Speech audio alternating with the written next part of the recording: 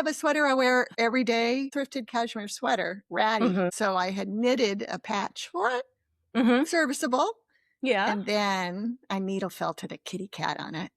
Oh, And cute. it makes me so happy. It's not perfect at all, at all. Yeah. But every day I wear it, it makes me happy when I put it on.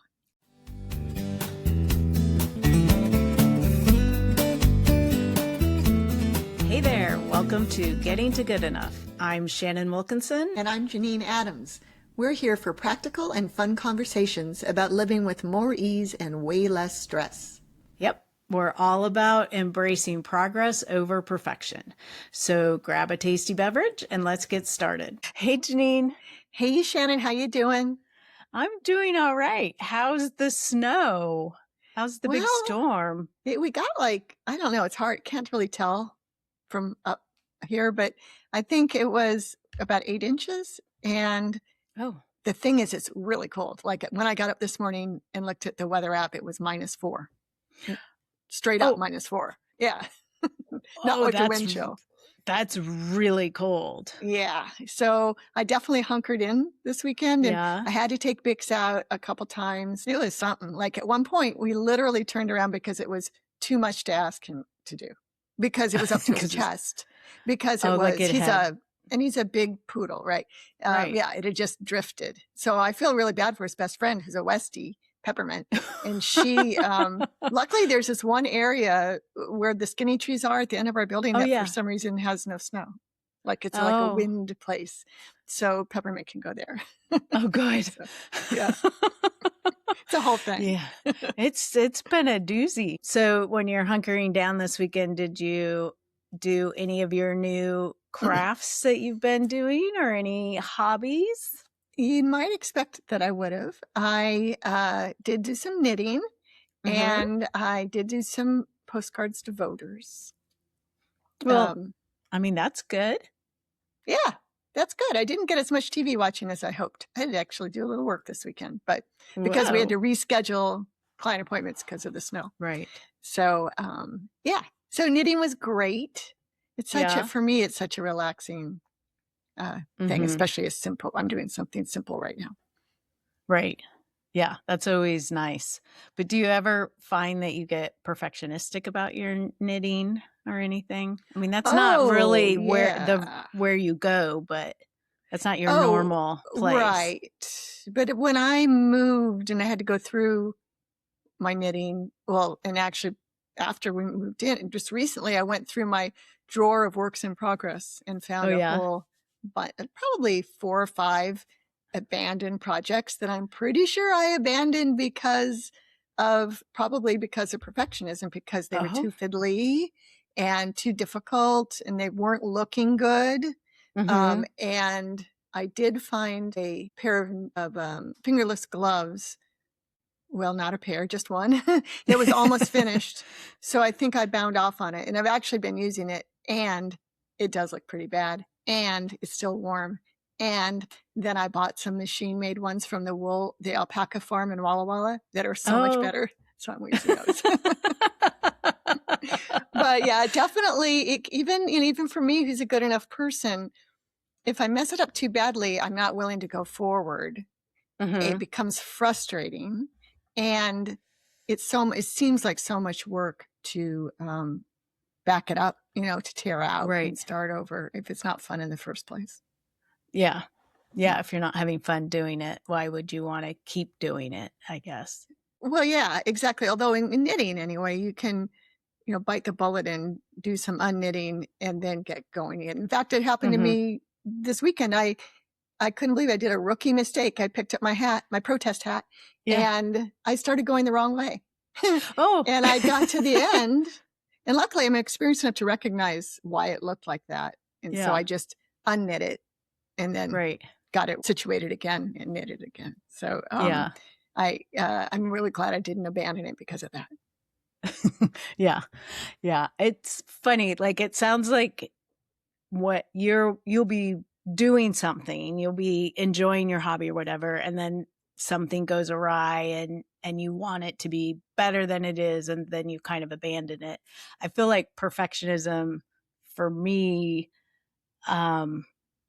keeps me from even starting stuff more Mm. often. Or I might do one thing and then not do anything else because I don't know why exactly, but I think maybe I fear that I can't do it at the level that I imagine in my head. Or I wonder with you, I'm thinking about some of your hobbies and thinking about like when you were doing urban sketching, which Mhm. blows me away. Um, or you're doing that cartooning. Uh, Yeah. does it ever happen that you have one that's so great that like in the next page of your urban sketch journal, you're afraid you're going to have something so much worse that you don't do it? Like, is it ever hard to top what you have or to equal what you have? That's so funny that you asked that. I don't think that's it. It's the second half, but not the first half. It's not that I think I can't equal or best what I've done in the past, but that, I don't want to ruin what I have with something that's not good. Oh, okay. I think we're kind of saying the same Yeah. thing. Yeah. Yeah. I mean, but I'm not actively thinking like, oh, this is so good, I don't want to ruin it. It's more like, um, uh, I guess that is what it is. I was trying to rephrase it, and then I realized, well, no, but it's funny because I don't think I thought of it as like, this is so good, I don't want to ruin it. But it's just like, when you get a new bullet journal or a new planner, whatever, like you don't like doing the first page is like starting it is so hard. It's like, I don't want to ruin it. So it's like, I don't even take the first part into consideration, although it must be at play, but definitely the second part of like, I don't want to mess up my watercolor book with something bad. Like I can't think of an idea that's good enough to put in here or that's worth putting in here. Right. And so you stop and then you just have a watercolor journal with fewer things in it rather than some imperfect things. I mean, your drawings and stuff amaze me.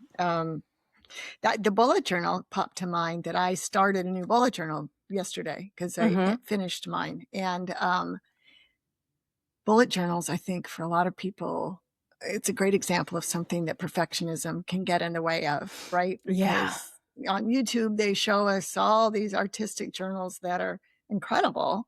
And luckily, I didn't see this when I first started because I probably never would have done it. And even so, like last night when I was sitting down to do it, I just marked the pages, my standard pages, but I didn't do them, most of them, because I wasn't ready to like focus and make sure I did it right. And, but it'll get done in the next few days. And then the rest of my bullet journal is very imperfect. So it's not an issue for me. Thank goodness. Right. And it's so funny because the original concept of bullet journaling, I'm trying to remember the guy's name, Ryder Carroll. Yeah. Was just quick writing. Like, yes, with and so bullets unattractive. And I mean, it was not. And then people turned it into this art projects, like these spectacular things. And if that brings you joy, wonderful. If that keeps you from using a bullet journal, not so helpful. Right, exactly. So I feel, proud that mine are more beautiful than Ryder Carroll's. And that's an extremely low bar for beauty because there's no beauty intended with his. But and also mine aren't beautiful, but they've got some color and they're really functional, which is the joy of it all. Yeah, for sure. There's so many. I have some mending to do because I have holes and I noticed some leggings that were wearing thin, and it's on my mind to get some of this done, and it's just a little daunting to start because I have to pick the right way to do it and so on and so forth. It's not easy. Yeah. Well, and we had the fun of doing that visible mending class together. But that was for woven things, and you don't wear a lot of woven things. So it's right. This shirt notwithstanding. Yes. Yeah. Right. But yeah, visible mending was one of those things. Like I wanted to get into it for so long and just didn't because I felt like there was a right way to do it, and I wanted to make it look good, and there's And all it's these so beautiful visible. examples, and Right. I and mean, it's it's visible. visible. Right. I mean, invisible bending is also daunting because if you screw it up and you want it to be invisible, then it's Yeah. not, and that feels hugely visible. Yeah. But yeah, visible, and yeah, absolutely. However, I'm sure you share this experience. When I do it, Yeah. it is the most gratifying thing, right? So like Yeah. I have a sweater I wear every day these days, this time of year, just I throw it on Uh-huh. literally over my nightgown and then Yeah. I walk the dog Uh-huh. and under my coat. So no one's really I seen it, think we but should just say that your nightgown is one of your wool-and dresses. It's not that's like true. you're My wearing nightgown like is a dress. it's not like a frilly nightgown or It's not like a it's negligee. yeah, it's not a negligee. It's also not like a flannel that your grandma wore with Right. puff Yeah. sleeves and lace. Right. That's right. I just felt compelled to let I our appreciate listeners that. know that. And I do put a shirt on first over the dress, and it's a Wooland Brooklyn for those Wooland listeners, if there are any. But I have this thrifted cashmere sweater, ratty, Mhm. and that Bix went to town on it. And so I had knitted a patch for it, Mhm. serviceable, Yeah. and then I needle felted a kitty cat on it. Oh, And cute. it makes me so happy. It's not perfect at all, Yeah. but every day I wear it, it makes me happy when I put it on. Yeah. Yeah. Oh, which reminds me, one of my favorite visible mending projects was a t-shirt that you gave me. It has a cat on it and it says like Yeah. something like if all else fails, nap or something like that. Uh-huh. And it had a hole in the sleeve and I did a little embroidery mending of I think it had like 3 holes or something. And so it looks like a ball of yarn with a piece of yarn coming, like a cat would be playing with it. I remember that. I love that. Isn't that great? Doesn't that feel so Yeah, good? it feels so good. And Yeah. this weekend I was mending a pair of overalls that I like to garden in overalls. Okay. And like work around when I'm working around the house because they have the pockets for my tools and stuff. Yeah. Are they made of denim? They're made of denim. Uh-huh. But I purchased them in the 90s. Oh, wow. So Congrats on still being able to wear them. they're not new. Uh-huh. And they're really like all the stress points have holes in them. And the buttonholes are coming apart. And so this weekend, I fixed a hole up by where one of the straps attaches. And I used a really cute little material to be a patch behind it. And then did like shishiko mending over it. And I fixed a buttonhole. It took me a minute to remember how to do a buttonhole stitch, like a blanket or buttonhole stitch, but I did remember and fixed it. And I use variegated thread so the color changes as I'm doing it, which is really fun. And doing those overalls because no one sees them really. I mean, other than people walking by our house, I guess. But and it's super low stakes, so I didn't really care. And that made it easier for me to get started. And same thing with this cardigan that I'm wearing. It's like a cable knit sweater cardigan that zips, a hoodie. And the seams had started coming out and it's thrifted, but I love it. I've had it for forever. And I feel like I've known that sweater I feel like I know that I might have sweater gotten really it well. with you, like at the scholar shop or something, like 15 years ago or something. Yeah.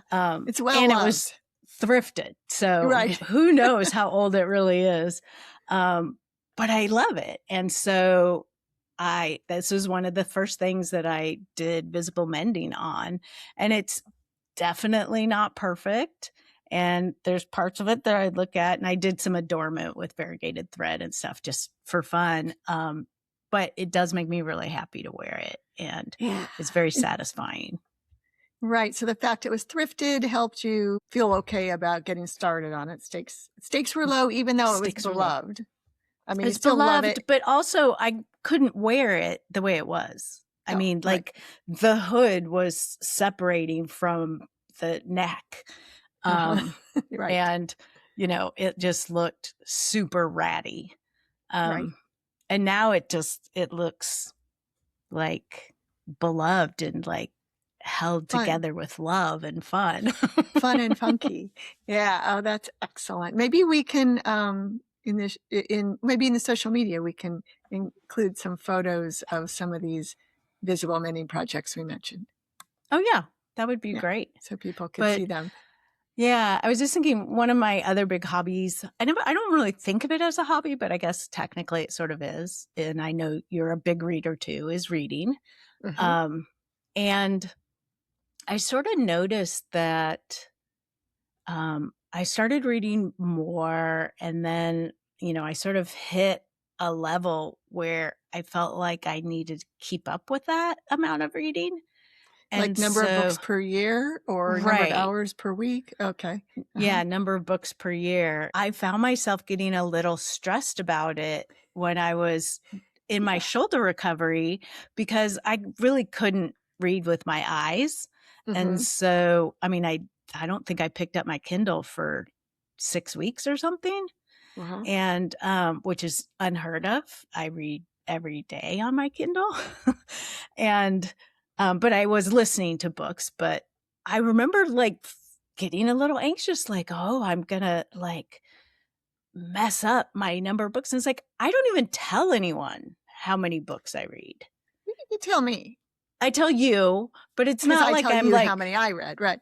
right. It's Yeah. not like I'm publicly announcing it Right. or I've like set a goal that I have to meet or anything. It's just all internal. Yeah. And it was like, well, wait a second. I read because love reading books. I don't read to hit a number of books read. So, do you keep track of the number of books you're reading? Did you Well, stop keeping track? no, I still keep track. But I just had to sort of remind myself, Mm-hmm. this is not why we're here. We're not here to hit a number. Right. Yeah, that's We're here to good. enjoy reading. That's good. Yeah, I stopped keeping track because I was starting to stress about how to keep track. They Oh, used to have a spreadsheet, and in fact, I consult the spreadsheet occasionally to see if I've read a book. uh-huh. And then I was using there's that app whose name doesn't make any sense. That I think it might have graph in the name. It's for it's like Goodreads, but it's like socially conscious or something. You know what Oh, I'm talking about? No, I uh-huh. don't remember. Anyway, that was too much. So now I don't keep track at all. This is my Yeah. point. And I'm free of the whole thing. Like I don't have to worry about Right. keeping It doesn't track. matter. It doesn't matter how many books I read. Right. I'm not telling Yeah. anybody. Yeah. I feel like I mean a big goal setter, but this is not a goal I need to worry about. Right. Right. And And you're I right, think it took that's away from the fun.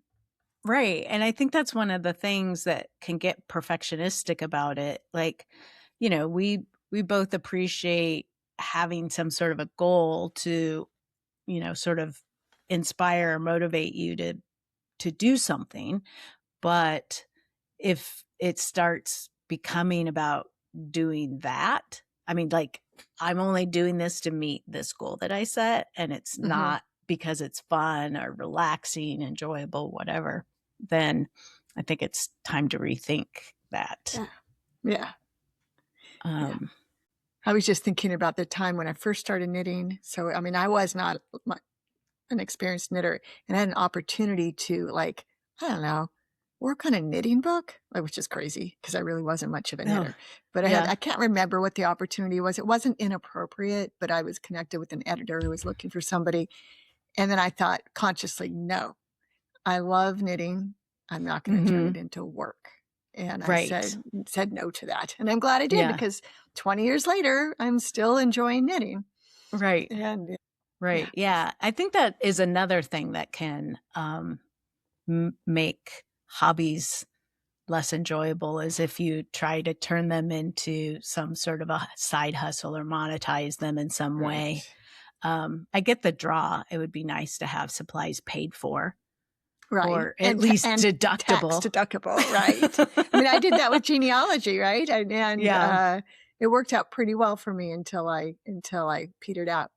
Yeah. Yeah. Yeah. But if that then adds stress, it negates the reason for doing the hobby again.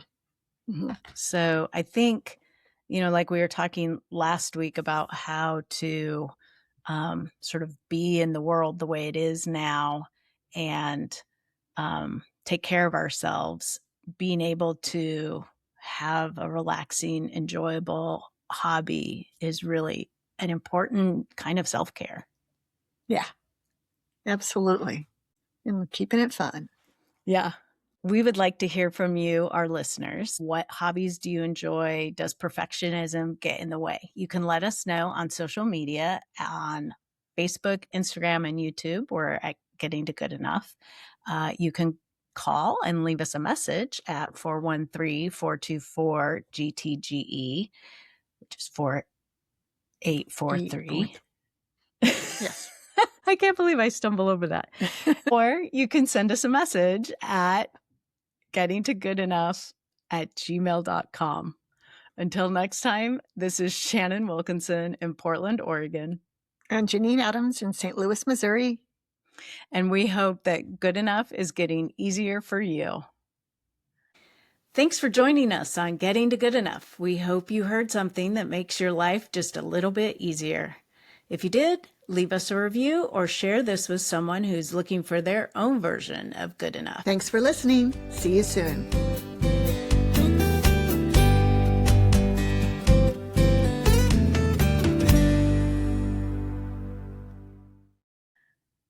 You'd think I'd stop stumbling over that at some point. You'd think, but it's charming. I don't believe you, but we'll go with that.